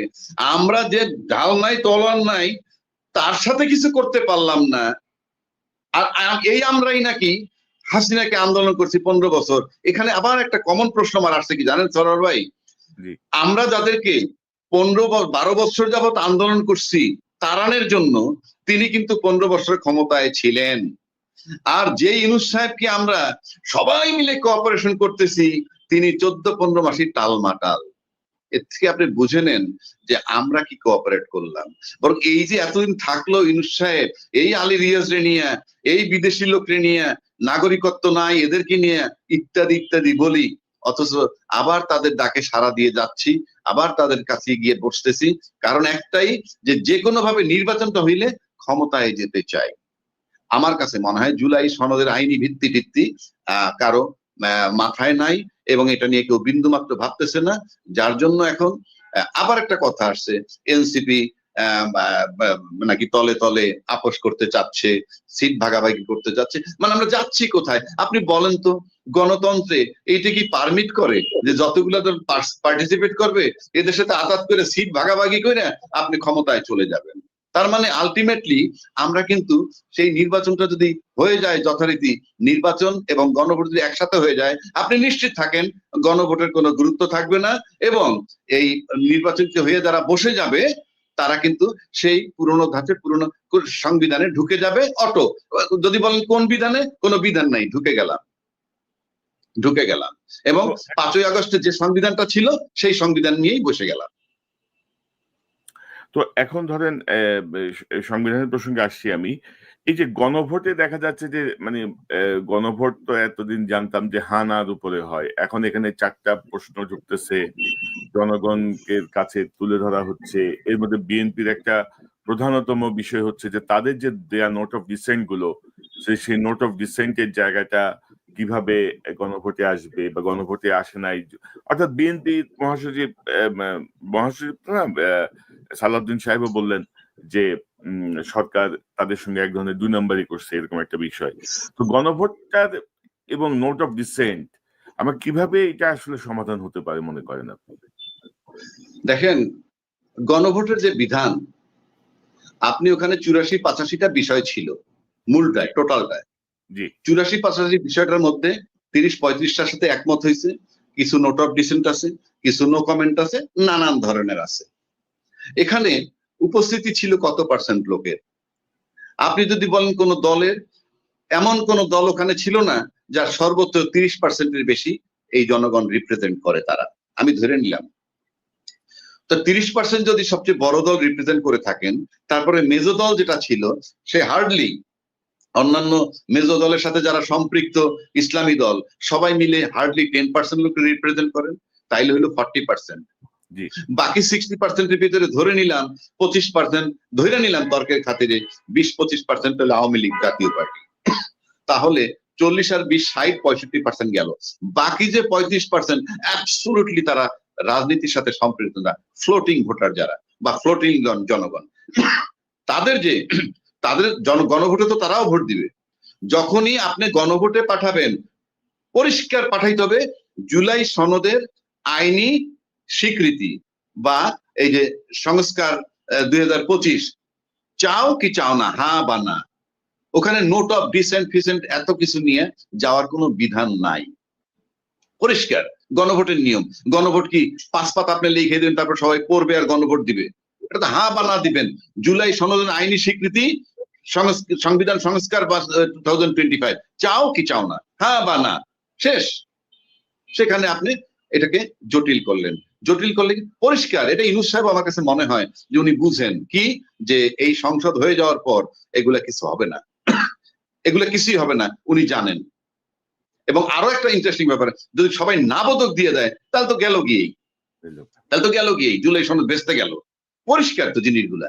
অর্থাৎ জুলাই সনদ এখন কোনো সাবজেক্ট না, ক্ষমতায় যাওয়াটা হলো সাবজেক্ট, এবং ইউনূস সাহেব আসতে চলে যাবে, পরিষ্কার। উনি কি আসলেই আসতে যেতে পারবেন? আপনি তাই মনে করেন? সিচুয়েশন ঠিক ওইরকম? ওনাকে মানে উনি কি চলে যেতে পারবেন কি? এটা উনি চলে যেতে পারবেন, আমার ব্যক্তিগত ধারণা উনি চলে যেতে পারবেন। কেন পারবেন সেটা বলি। ইউনূস সাহেব নির্বাচন দিয়ে চলে গেলে যেটা হবে, নির্বাচনে সরওয়ার ভাই ক্ষমতায় যাবে, নির্বাচন হইলে মনে করেন ফর এক্সাম্পল সরওয়ার ভাই ক্ষমতায় যাবেন বা রাজ্জাকি ভাই ক্ষমতায় যাবে নির্বাচন হইলে, আর নির্বাচন হওয়ার মানে ইউনূস সাহেব তো চলেই যাবেন নির্বাচিত লোকের কাছে ক্ষমতা দিয়ে।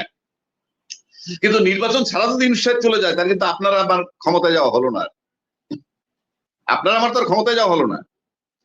তো সেক্ষেত্রে যারা চিন্তা করে যে নির্বাচন হইলে পরে তারা ক্ষমতায় যাবে, শুধু তারা যেভাবে ছলে বলে কৌশলে ইউনূস সাহেবকে কিভাবে রাখবে, রাইখা নির্বাচনটা করে ক্ষমতায় চলে যাবে, তারপর ইউনূস সাহেব জাহান্নামে যান। আর পতিত শক্তি যেটা আমি বললাম, তারা যদি মনে করে ইউনূস সাহেবের ফেব্রুয়ারি পর্যন্ত থাকাটা তাদের জন্য খুব খারাপ, তাদের জন্য গ্রহণযোগ্য না, কোনোভাবে অ্যাকসেপ্টেবল না, এই 3 মাসও তারা সহ্য করতে পারবে না, তাইলে পরে নির্বাচনটা অনিশ্চিত হতে পারে। যে কোনো ক্রাইসিস হয়ে যেতে পারে যে কোনো সময়।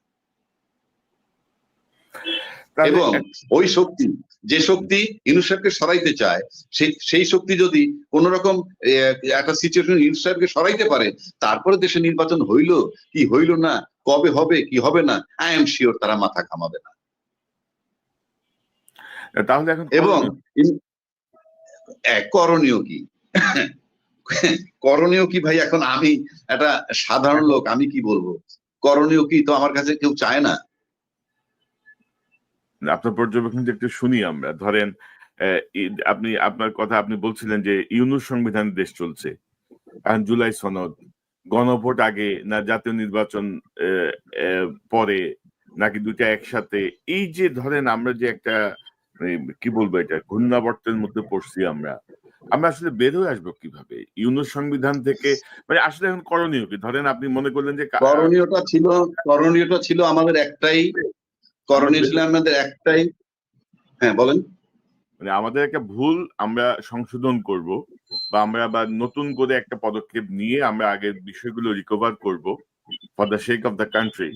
তো আমাদের আগামীকাল সকাল থেকে আমরা কি করতে পারি, মানে সমাধান কি গ্রহণযোগ্য কিভাবে হতে পারে?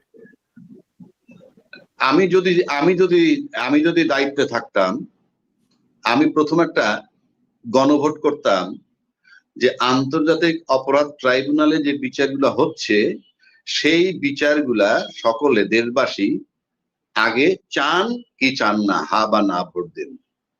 আমি প্রথম যাইতাম সেখানে, এবং আমি নিশ্চিত করে বলতে পারি সেখানে হা জয়যুক্ত হতো বিপুল ভোটে।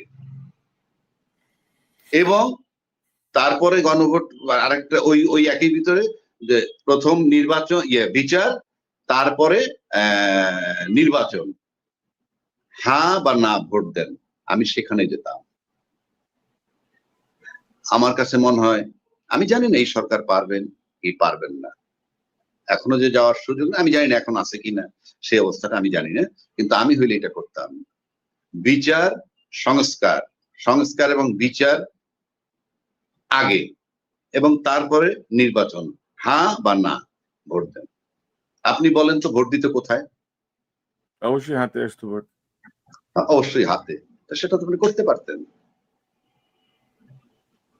এখন আমার কাছে মনে হয় যে সাহস যদি থাকে এখনো করা যায় না যে তা না। আর এখনো অনেক হাতের, আমরা কি বলি, হাতের পাঁচ আছে না, শেষ সম্বল যেটাকে বলে, এরকম আছে না, হাতের পাঁচ অনেক কিছু থাকে, সেটাও আছে, নাই যে তা না, কিন্তু সব কথা তো আর বলা যাচ্ছে না। শুধু এইটুক বললাম যে আপনি দেখেন এইটা আমার এইটুক মনোভূত হয়েছে কিনা আপনার? না, অবশ্যই মনোভূত হয়েছে, কারণ ধরেন যে সকল কিছুর উপরে হচ্ছে বাংলাদেশের গণভোট, মানে জনগণের মতামত, জনগণের আমরা যে বলছি বারবার, ধরেন ইউনূস সাহেবের কথায় আপনি দেখবেন হচ্ছে উনি যখন কথা বলেন, উনি মোটিভেশনাল স্পিকারের মতো উনি কথা বলেন সবসময়, এবং ওনার এই জাতির উদ্দেশ্যে ভাষণও দেখবেন অভূতপূর্ব, অসাধারণ, মানে নানা রকমের শব্দের ব্যবহার, এবং ফলাফল কিন্তু আমরা ওইরকম কিছু পাচ্ছি না। কিন্তু আমরা গত 15 মাসে ওনার উপর যে নির্ভরশীলতা ছিল আমাদের, সেই নির্ভরশীলতার উনি কি বলবো যথাযথ ব্যবহার করতে পারছেন বলে আমি মনে করি না, এবং অধিকাংশই আমি যাদের সঙ্গে কথা বলি বা বুঝি তারাই সেটা মনে করেন। তো এখন আসলে মানে এই যে জটিলতা ওনার এই উপদেষ্টা পরিষদ দিয়ে এই জটিলতার সমাধান সম্ভব কিনা আমাদের, আমি ঠিক জানি না ওনার এই উপদেষ্টা পরিষদ দিয়ে সম্ভব কিনা, 1 নম্বর। 2 নম্বর, যে কথাটা আমি বললাম যে সংস্কার, বিচার এবং তারপরে নির্বাচন, হ্যাঁ বা না, এটা এখন উনি করতে পারবেন বলে আমার কাছে মনে হয় না, বিকজ এটা ঘোষণা করার সাথে সাথে ফলোইং ডেতে মাঠে নেমে যাবে এবং ওনাকে চলে যেতে হবে, কোনো সন্দেহ নাই। এবং সবচেয়ে বড় দল বিএনপি যদি মাঠে নামে, ইউনূস সাহেব টিকতে পারবেন না। এবং একমাত্র বড় দলই আছে ইউনূস সাহেবের মানে রাখা এবং না রাখা। এবং এখনো যদি আপনি যেটা কোনো ভাই যে আলাপটা আপনি আর আমি করলাম, আপনি যদি এই এতদিন যে আলাপটা হইতেছে, ঐক্যমত্য কমিশন বলেন, সংস্কার কমিশন বলেন, গণভোট বলেন, জুলাই সনদ বলেন, একটা দলও কিন্তু বলেনি যেটা রাষ্ট্র এবং দেশের জন্য অমঙ্গল। কেউ বলতে পারেনি, আমি এখনো চ্যালেঞ্জ করছি। আপনার দলের জন্য যদি ক্ষতিকর হয় কোনো সময়, এতে আমার কিছু আসে যায় না, দলের জন্য ক্ষতিকর কিছু আসে যায় না। একটা দলও কিন্তু বলে নাই দেশ এবং রাষ্ট্রের জন্য জুলাই আইনি সনদ ক্ষতিকর, বলে নাই। দেশ এবং দেশের জনগণের জন্য গণভোট ক্ষতিকর, কেউ কিন্তু বলতে পারে নাই। এটা যদি তারা ব্যাখ্যা দিতে পারতো আমরা মেনে নিতাম। আর আমি ব্যক্তিগতভাবে রাষ্ট্র এবং জনগণের জন্য যেটা ভালো সেটা আমি অবশ্যই সমর্থন করব। দলের জন্য যেটা ভালো কিন্তু সেটা যদি রাষ্ট্রের জন্য ক্ষতিকর হয়, অফকোর্স আমি অ্যাকসেপ্ট করব না। সেটা আমি যদি একটা সিঙ্গেল ব্যক্তিও থাকি আমি করব না। এখন বলতে পারেন এতে কিছু আসে যায় না, ইয়েস কারেক্ট, কিচ্ছু আসে যায় না। কারণ আমরা দেখছি তো 1400 লোকের প্রাণ গেল, তার ভিতরে বড় দলে নাকি 427 জন লোক মারা গেল, 16 বছর যাবত আয়না ঘরের ভিতরে নির্যাতিত হইল, বুকের তাজা গুলি, 57টা সেনা অফিসার মরে গেল, দেশের সার্বভৌমত্ব নাই, 10 লক্ষ রোহিঙ্গা ঢুকে গেল, শাপলা চত্বরে হামলা হইলো, পুরাটা দেশ নীরব। এমন ভাবে ইউনূসের বিরুদ্ধে আমরা লাগলাম, ইউনূস সাহেব এই সরকারের বিরুদ্ধে, যে পিছের 16 বছরের ইতিহাসই নাই। এর মানেই না আমি এই সরকারের সমর্থন করি। আপনি নিজে বুঝছেন এতক্ষণ আমি কি বললাম। So this is very painful. আমাদের এই যে প্রধানতম যে রাজনৈতিক দলগুলো, বিশেষ করে বিএনপি এবং জামাত, যারা ধরেন 15-16 বছর ঐক্যবদ্ধ আন্দোলন করলো, গালাগাল সহ্য করলো, মার খাইলো, গুম হইলো, মামলা হইলো, তো তাদের দায়িত্বশীলতার কি তারা পরিচয় রেখেছে 5ই আগস্ট পরবর্তী সময়ে? বিএনপি জামাত এই প্রধান দুইটা দল। ঘটনা কি জানেন, যে বিষয়টাকে আপনাকে টাচ করে না সেটার জন্য আপনার ফিলিংস থাকবে না। যেমন ধরেন আপনি রাস্তায় হাঁটতেছেন, আপনার কাছে 5টা ভিক্ষুক ভিক্ষা চাইলো, আপনি 3 নম্বরটারে দিলেন, 1-2 দেন নাই, 4-5 দেন নাই। এর মানে কি 3 নম্বরের যে আবেদনটা সেটা আপনাকে টাচ করেছে, বিধে আপনি তাকে দিচ্ছেন। বাকি 4টা আপনাকে স্পর্শ করেনি, ওর চাওয়ার ভঙ্গিটা হয়তো আপনাকে টাচ করছে, অথবা ঘটনাটা আপনাকে মানে কষ্ট দিচ্ছে ইত্যাদি। আমার দেশে যত রাজনৈতিক আন্দোলন হোক, অভ্যুত্থান হোক, গণ অভ্যুত্থান হোক, পুলিশের লোক মারুক, আর্মিতে মারুক, যে যেখান থেকে মারুক, আয়নাগরে থাকুক, অমুকখানে দেন তো, আপনি বলেন তো কোন রাজনৈতিক নেতা বা নাতি তাদের একটা চুল পর টাচ হয়েছে এই আন্দোলনে? একটা চুলও তো ছেড়ে নাই কারো।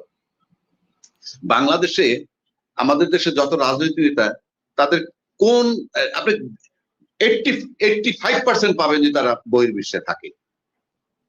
আর রাস্তায় যারা আন্দোলন করে তারা হ্যান্ড টু মাউথ, ভিক্ষুক, শ্রমিক, বাদাম বেচে, এরা বেচে, স্লোগান দিয়ে মাঠে নামে, 500 টাকার বিনিময়ে একটু 1 প্লেট বিরিয়ানির বিনিময়ে যায়, ডেড বডি গুলা কাউন্ট হয়। অর্থাৎ রাজনীতিবিদদের নেতা বলেন, নাতি বলেন, ছেলে বলেন, নাতি বলেন, সব তারা বিদেশে পাঠায়।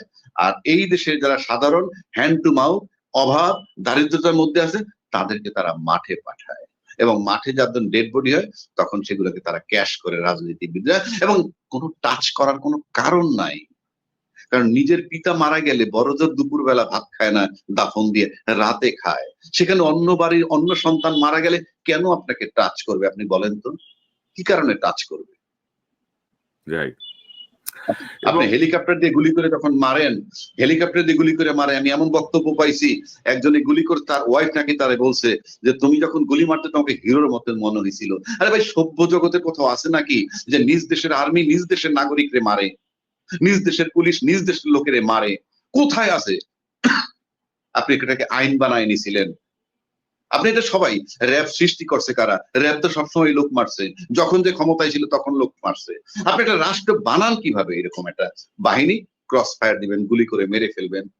আজও যদি আওয়ামী লীগ ক্ষমতায় থাকতো 29 সাল পর্যন্ত খালি জঙ্গি দমনই হইতো। এখন জঙ্গি কোথায়? এখন জঙ্গি কোথায়? এই যে নাটক 24 আওয়ার্স, ডেড বডি যদি আপনার রাজনীতির সূত্র হয়, ব্লাড যদি আপনার রাজনীতিতে টিকে থাকার হয়, আমি এখন পর্যন্ত গ্যারান্টি আবারও রক্তের খেলা হবে। যে ক্ষমতায় নির্বাচনের মাধ্যমে আসলেও রক্তের বন্যা বলবে। এবং আমার কাছে মনে হয় যে 1400 ডেড বডি, তারপরে এই ক্ষতি পালানো, গভর্নর পালানো, এবং এই কি বলে সিনা হত্যা, আয়নাগর, সেনা অফিসার হত্যা, রোহিঙ্গা ঢুকানো, শাপলা চত্বর হত্যা, it is not so easy. এত সহজে বোধহয় যাবে না। আমার কাছে মনে হয় বরং আমরা সেকেন্ড স্টেজে ঢুকলাম। আপনি জুলাই আন্দোলনটাকে ধরেন, আমার কাছে মনে হয় যে আলটিমেটলি আমরা সেকেন্ড স্টেজে ঢুকতে যাচ্ছি বলে আমার কাছে মনে হয়। ওটা, এবং আমি আপনার সঙ্গে যদি সাপ্লিমেন্ট করি, ধরেন আমাদের প্রধান দুইটা দল বিএনপি জামাত, ধরেন জামাতের 5 জন নেতাকে ফাঁসিতে ঝুলাই মেরে ফেলছে হাসিনা। জামাতের কাছ থেকে আমরা কি ওইরকম কোন স্ট্রং কোন আন্দোলন বা প্রতিরোধ পেয়েছিলাম? পাই নাই। বিএনপি চেয়ারপারসন বেগম খালেদা জিয়া 6টা বছর জেলে ছিলেন, বিএনপি কে একটা জোরালো আন্দোলন করতে পারছিল? পারে নাই। এখন জুলাই পরবর্তী ধরেন এক একজনের যে গলার শক্তি, ছাত্র জনতার বুকের রক্তের উপর ভর করে আমরা ফ্যাসিজম হটাইছি। এখন দেখা যাচ্ছে যে প্রধান স্টেক হোল্ডার হয়ে গেছে সব রাজনৈতিক দল। হ্যাঁ, তারা ছিল, অবশ্যই ছিল, 16 বছর ধরে তারা অবশ্যই। না আপনি যে ছিল, কিভাবে ছিল? আপনি একজন বীর মুক্তিযোদ্ধা জিয়াউর রহমান, ওনার খেতাব ছিল কি বীর উত্তম, নাকি বীর উত্তম না বীর প্রতীক আমি জানি, মানে খেয়াল বীর উত্তম। এই বীর উত্তম ভদ্রলোকের খেতাবটা যখন কেড়ে নেয়, সে তো মুক্তিযোদ্ধা। তখন বাংলাদেশে আরো তো মুক্তিযোদ্ধা ছিল, তারা কি কেউ কোনো প্রতিবাদ করছিল বাংলাদেশে? অ্যাটলিস্ট মুক্তিযোদ্ধার পক্ষে তো থাকবে, গেল সেটা। তারপরে মুক্তিযোদ্ধার একজন স্ত্রী, বিধবা পত্নী, উনি 2 বার প্রধানমন্ত্রী ছিলেন, আমি বাদে দিলাম, ওনাকে যখন শহীদ মইনুল রোডের থেকে বের করে দেওয়া হয়, তখন একটা লোক নিহত হতো দূরের কথা, কোন লোক আহত হয়েছে? তো আপনার মাথার তাজ এবং আপনার রাজনৈতিক অস্তিত্ব যাকে দিয়ে, তাদের জন্য যখন আপনারা কিছু করতে পারেননি, আমি কি করে আস্থায় নিব যে আপনারা কিছু করতে পারবেন? গত 16 বছর এমন কোন নেতা নাই, অনেক বড় বড় নেতা সর্দি কাশিতে সিঙ্গাপুর ব্যাংকক গেছেন, অথচ তাদের নেত্রী যেতে পারেননি বিদেশে চিকিৎসার জন্য। সেই চিকিৎসার জন্য পাঠাইতে হয়েছে ছাত্র আন্দোলনের পরে, ইউনূস সাহেবের নেতৃত্বে ছাত্র আন্দোলনের পরে। এবং যখন খালেদা দেশ ত্যাগ করে চিকিৎসার নামে, মনে হইতেছিল যে প্রধানমন্ত্রী যায় এয়ারপোর্ট দিয়ে। সর্বোচ্চ সম্মান হারানোর পর, মানিজ্য যাওয়ার পর, খালেদা জিয়ারে যে সম্মানটা দিছে সেটা ইউনূস বলেন আর ছাত্র বলেন তারাই দিছে। আজও কিন্তু রাজনীতির মাঠে, বরং রাজনীতির ইলেকশন হবে সামনে, কোথায় বেগম খালেদা জিয়ার আলোচনা? আমরা তো দেখি না যে খালেদা জিয়ার বাসায় যাচ্ছে 5 জন ডেইলি, একটা সোশ্যাল মিডিয়া আসতেছে, ওনার সাথে বসতেছে, কথা বলতেছে, আমরা তো দেখছি না। সে অসুস্থ, আমি যদি বলি অসুস্থ, 3টা সিটে তো তার নাম আসছে যে উনি দাঁড়াবেন, ইলেকশন করবেন। কিচ্ছু না হোক, তার বাসায় তো আমরা যাতায়াত দেখি না।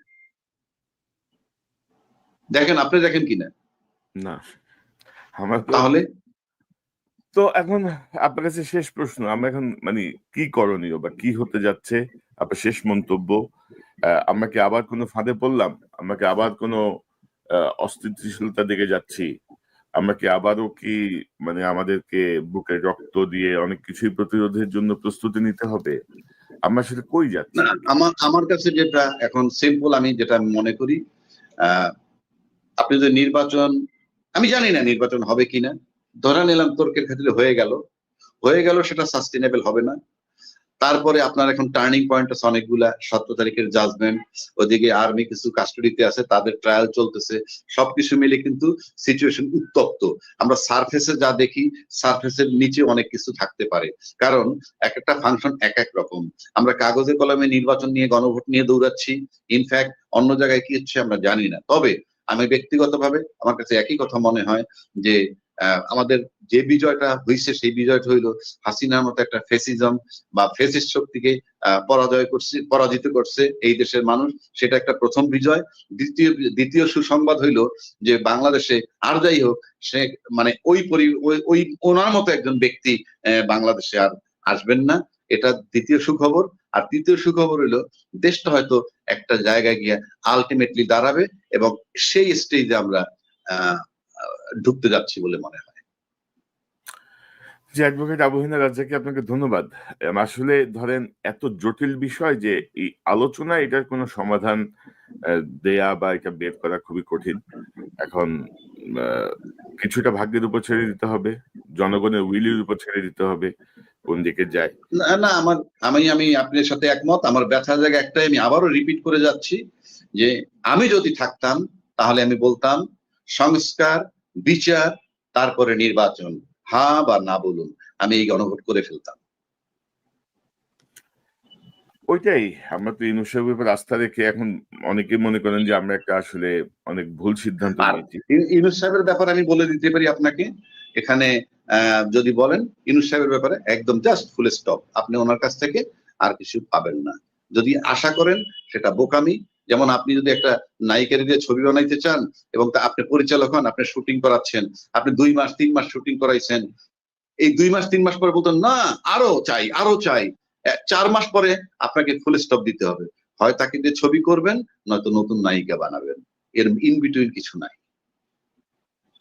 আবার এক্সাম্পলটা আমার পছন্দ হয়েছে রাজাক ভাই, একদম খুব হ্যাঁ পারফেক্ট আপনি এক্সপ্লেইন করছেন, এটা খুবই পছন্দ হয়েছে আমার। তবে লাস্ট যে বিষয়টা আপনি বলছিলেন যে তর্কের খাতিরে যদি ধরেও নেই যে নির্বাচন হয়ে গেল বা হবে, এই যে তর্কের খাতিরে শব্দটা কেন আসলো? নির্বাচন নিয়ে যে অনিশ্চয়তা মানুষের মধ্যে কাজ করছে, আপনি কি সেটাকেই সাপোর্ট না, করলেন? আপনার এখানে অনেকগুলা ফ্যাক্টর আছে, অনেকগুলা ফ্যাক্টর আছে। আমি কিন্তু আবারও কথাটা রিপিট করছি, ইউনূস সাহেব চলে যাক সেটা কারা চায়? ইউনূস সাহেব চলে যাক সেটা চায় যে এই বিচার প্রক্রিয়া চলতেছে, বিচারটা যাতে না হয়। অন্য কোন রাজনৈতিক দল আসলে আমি নিশ্চিত করে বলে দিতে পারি তারা কি খালাস হয়ে যাবেন না, প্রলং হবে, অর্থাৎ রায় পাওয়া কঠিন হবে। কেউ কেউ বলেন একটা লম্বা প্রক্রিয়া, এই বিচার লম্বা প্রক্রিয়ার না, কারণ একটা দুইটা নির্দিষ্ট কোর্টে নির্দিষ্ট মামলা হচ্ছে, কন্টিনিউ করলে লম্বা সময়ের ব্যাপার না। কিন্তু প্রশ্ন হচ্ছে যে এই বিচারগুলো টার্নিং পয়েন্ট, সেই ক্ষেত্রে ইউনূস সাহেব ফেব্রুয়ারি পর্যন্ত থাকলে একটা রায় হতে পারে এবং সেটা আপিল পর্যন্ত হয়ে যাওয়ার সম্ভাবনা আছে। সুতরাং সেটা একটা টার্নিং পয়েন্ট, এটা কেউ চায় কিনা, এইটা যারা চান না তারা নির্বাচন বিরুদ্ধে একটা ষড়যন্ত্র করতেই পারেন। আর যারা নির্বাচন হলেই ক্ষমতায় যাবেন তারা এই ষড়যন্ত্র অমুক তমুক যাই কিছু চলুক না কেন তার ভিতর থেকে কোনো মতে চান একটা নির্বাচন হতে। কেননা যদি কোনো কারণে ইউনূস সাহেব নির্বাচন ছেড়ে চলে যান তাহলে আগামী somebody will take over, তৃতীয় পক্ষ কেউ আসবে, সে অবশ্যই পতিত সরকারের ডাইরেক্ট ইনডাইরেক্ট তারই লোক হবে, কেননা আমরা এর বাইরে লোক পাবো কোথায়? এবং সেক্ষেত্রে নির্বাচনটা যদি আবার 2 বছরের জন্য ঝুলে যায় তাহলে নির্বাচনে যাদের বিজয় সুনিশ্চিত তারা কি চাইবে আবার 2 বছর ঝুলুক? সুতরাং নির্বাচন হওয়া আর না হওয়া, পতিত শক্তি যেটা আছে তারা চাইবে নির্বাচন না হোক, ইউনূস সাহেব চলে যাক, এটা চাইবে। আর যদি